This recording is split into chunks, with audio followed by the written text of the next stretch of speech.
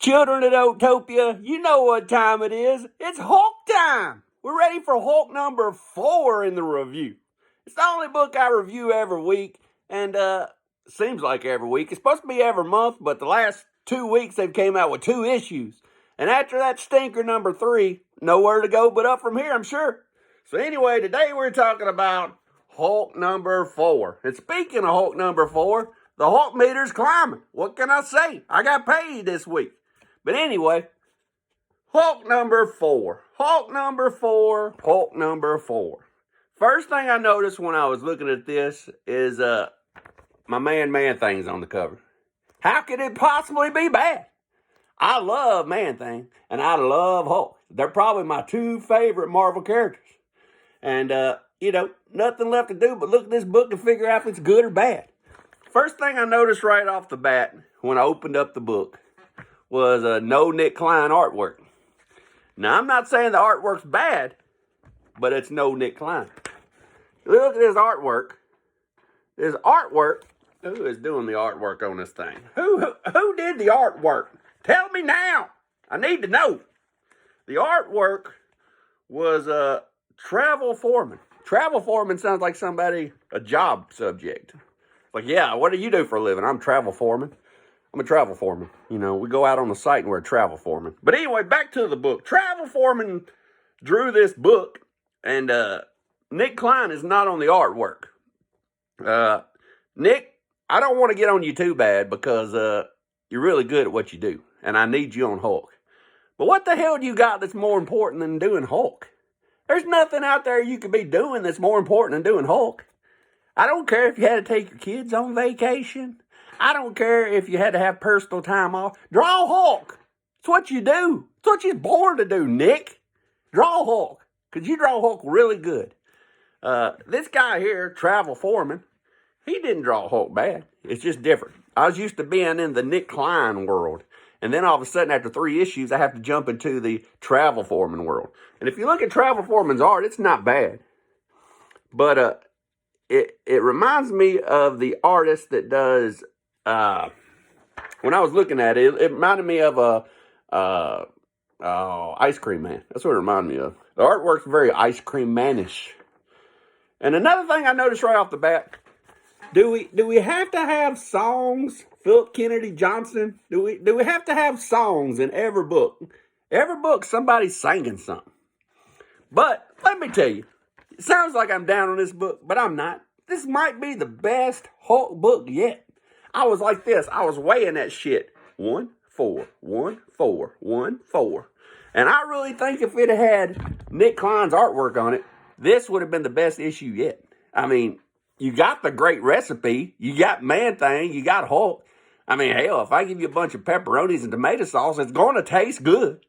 You just got to cook it. And they cooked it. But it was a little underdone. I think Hulk 1 might be a little bit better just because Nic Klein was on it. If this story would have been told with Nic Klein, it would have been better than 1. Because Nic Klein has a way of expressing what Philip Kennedy Johnson's trying to say, and it goes over the top. And I'm going to show you some panels to prove that. First thing I noticed, besides Travel Foreman's artwork, was this is when I really started noticing it. Page 2. Page 2 right here. You see this beautiful lady? There's not a lot of detail in her legs. There's not a lot of detail at all. Hell, she don't even have eyeballs. But anyway, there's not a lot of details. You look at her midriff. You look at her legs. Nic Klein is very detailed. There would have been, maybe some, swamp muck on her legs. Or there would have been more fine muscle tone. Something. It's just very, kind of just nothing going on here. Kind of pale. You know what I mean? And I said, well, this can't be my man Nic Klein because it ain't detailed enough. But that was the first thing I noticed. And, it starts out with this guy drinking beer, walking down the road like we always want to do, and he runs across a frog. And he's singing his favorite metal song, and the frog's crossing the road. And he's like, go kick rocks, bro. I got shit to do. You know what I mean? I got to be running the damn press in the morning at the local factory. I'm going to finish off this 6-packer, and I'm going to go watch some Jerry Springer. And he looks over in the pond where all the frogs are coming out. and he sees this buxom baby, and she's out of his league. I mean, you know, what is he thinking? I mean, suppose this woman came back from the dead, but I'm sure she didn't look like this when he was alive. He couldn't get with that. Come on, man. You're a factory worker somewhere in a small town in Kentucky. You ain't getting with that. You know what I mean? She's hanging out with local rappers and shit. So he ain't getting with that. So that was the first thing. It was kind of unbelievable. I can believe Man-Thing and a green man that turns into a monster, but I can't believe he could get with that. That's not the way it works in the real world. And then I get to this scene right here, where she turns into a monster and scares the shit out of him. Now, I know Nick Klein would have did... This, by the way, is my Hulk wand. I would have known Nick Klein would have drawn a better monster than this. I mean, she looks like she just got sticks coming out of her hair.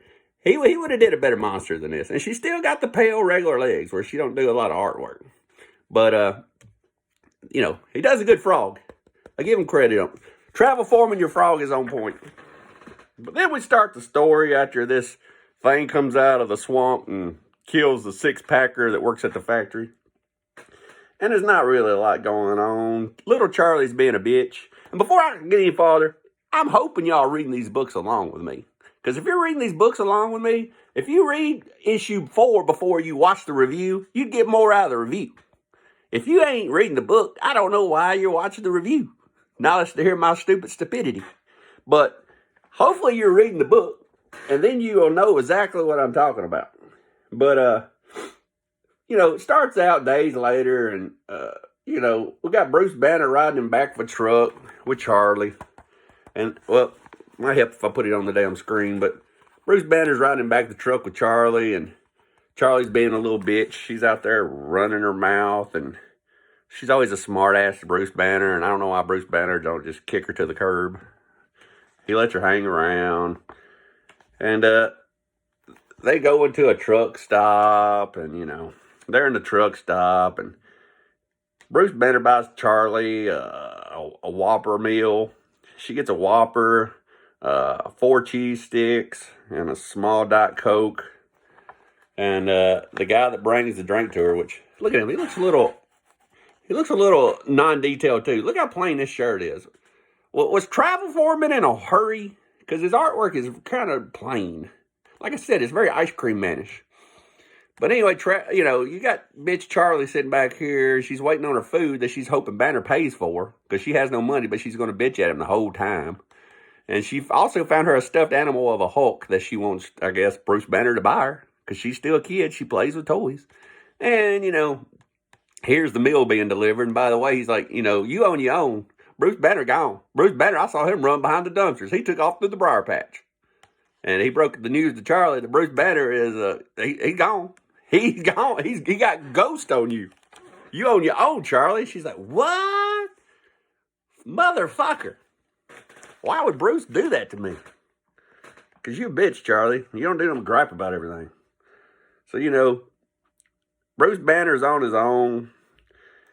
He looks in the raindrops here and he sees Hulk. He's like, oh, snap. And, you know, Charlie turns into a little girl again. She's scared. She's out on her own running in the rain. Out there in the middle of that Louisiana swamp. Not the best thing to do. And Charlie starts seeing a little boy and somebody from her past. And he has no detail either. But it's another trick like that first trick. But anyway, back to the original story. Bruce Banner is walking out in the swamp too. And what's he run across? The Man-Thing. So the Man-Thing is chilling out in the woods, waiting on Bruce Banner. And, you know, these two have a past, you know. I've seen Man-Thing whip Bruce Banner's ass and Incredible Hulk's ass many times. Kind of hurts me to say that, but it happens, even in the Hulk titles. But he grabs Hulk, well, he grabs Bruce Banner, and as you see, Bruce Banner catches on fire. You know why? He who fears burns. So this tells me that Bruce Banner feared the Man-Thing. Now, why would Bruce Banner, knowing he's going to turn into Hulk, fear the Man-Thing? Is it because Man-Thing's whipped his ass so many times before? Or because maybe Bruce Banner was afraid that he was, oh snap, here comes the Hulk. And when he got fear in his blood, all of a sudden he catches on fire because he who fears Man-Thing burns. Anytime Man-Thing touches anybody that fears him, they burn. So he is burning Bruce Banner to a crisp. He's definitely well done. If he was ribs, he would be ashy. He'd be ashy ribs. He's past well done. But anyway, Man-Thing just chars Bruce Banner. Chars his ass up. And out of nowhere, whoop, here he comes, ripping through his body. And rips off Man-Thing's head. You can't kill Man-Thing. You ripped off his head, but, but this is probably the best drawing in the book. I like it. I like it. Look at them. What are these quads? Look at these quads ripping through these Levi's. Damn, Bruce, you broke another pair of pants. I hope he's got a backpack full of fat pants. Because he goes through the pants. And what I don't like is Travel Foreman's... What is Travel Foreman doing down here? He's making my guy look hollow, skinny as a foot. This is Man-Thing. He's supposed to be chunky. Didn't you see those Bernie Wrightson days? I know I'm comparing you to a legend, but you gotta fatten up this Man-Thing. Bernie knows how to draw Man-Thing. You need to know how to draw Man-Thing. You can't be hollow like that. I mean, that looks weak. It looks like Root Man. He's not Groot. Fatten him up. And look at him right here. What the hell is this thing? Woo-hoo-hoo-hoo. Get rid of that. Get rid of that. And that's the whole fight. And they're like, hey, Hulk, we need you. We called you out here because we need you. Brother Deep's coming. I can't beat him with Man-Thing. We need Man-Thing and Hulk. So I thought they were going to be enemies, but old Man-Thing wants to team up after getting his head ripped off. So I don't know what's going on there. We got bitch Charlie. She goes out here to save this boy, and all of a sudden a tentacle comes out of the water. It was a setup. Now let's talk about this. This right here. Get a good look at this thing. This and issue 3 with Brother Deep are two sorry-ass looking monsters. And I give the first monster goes the credit for Nick Klein, because he drew the first monster in 3. This one here's on you, Travel Foreman. Whenever, Philip Kennedy Johnson, sound like a damn president, when he gives you a task, and as you can see, down here, next issue, Swamp Witch. When you give me a task of drawing a Swamp Witch, and you come up with this, I don't know if you met your assignment. Same thing with you, Philip Kennedy Johnson. You drew Brother Deep, and he looked like crap, too. These monsters y'all are drawing, they could use a little help. If you told me I needed help drawing a Swamp Witch, this ain't what I'm drawing. I don't picture that when I picture a Swamp Witch. I mean, it looks like a deformed crab with zombies on his back. And it's shitting zombies. I don't know what this is. This Swamp Witch is ugly. And it's not what I'm picturing. Swamp Witch ought to be a lot cooler than that. So this is the first appearance of Swamp Witch. If you're one of them spec people and you think Swamp Witch is going to go somewhere, but I don't think that character can be ever used again. If you do a regular Swamp Witch, we could use that over and over again like we're doing, there's Swamp Witches in Man-Thing. But anyway, I don't know about that one. And that is where the story ends. And as you can see, the next issue, he's knocking out Swamp Witch's teeth. Swamp Witch goes to the dentist, basically. And this is a 2-part issue. So I think the next one, we're going to have a Travel Foreman, which is said he is a guest. So I take it he's going to be a guest through this whole series of Swamp Witch and Man-Thing. And maybe back then, whatever's so important that Nick Klein's doing, he can get back on Hulk, because we need you, Nick Klein. We love you, Nick Klein. Nick Klein, Philip Kennedy Johnson, you're a magic duo. We need you guys. But this right here, I'm gonna give it an 8.2. I think it was the second best Hulk book yet. Made me happy reading it because we're back on track after that gruesome, awful issue 3. Issue 3 is about a 2.8. I did read it all, so I can't give it a 0.5 for being incomplete because I did read it. I'm gonna give it a 2.8. But issue 1's been great. Issue 2 was pretty good, but going down a little bit. Issue 3 went down. I'm like, whoa, this plane's going down, fellas. But hey, part 4, back up. So we're fighting turbulence. Hulk 4 was good. I loved it. It's just as good as Hulk 1. I think if it had better artwork on it, it would have been just as good as Hulk 1. So come on back. We need you, Nick Klein. We love you, Nick Klein. Hulk 4, down, ready for Hulk 5. Hope you guys liked the review. 15 minutes and 9 seconds. Like that like button. Subscribe today. Do what you gotta do. Leave me a comment. Let me know if you read this book, because I'm interested in who's reading this book and what y'all thought about the book. I broke it all down for you. And until the next time, read your comics.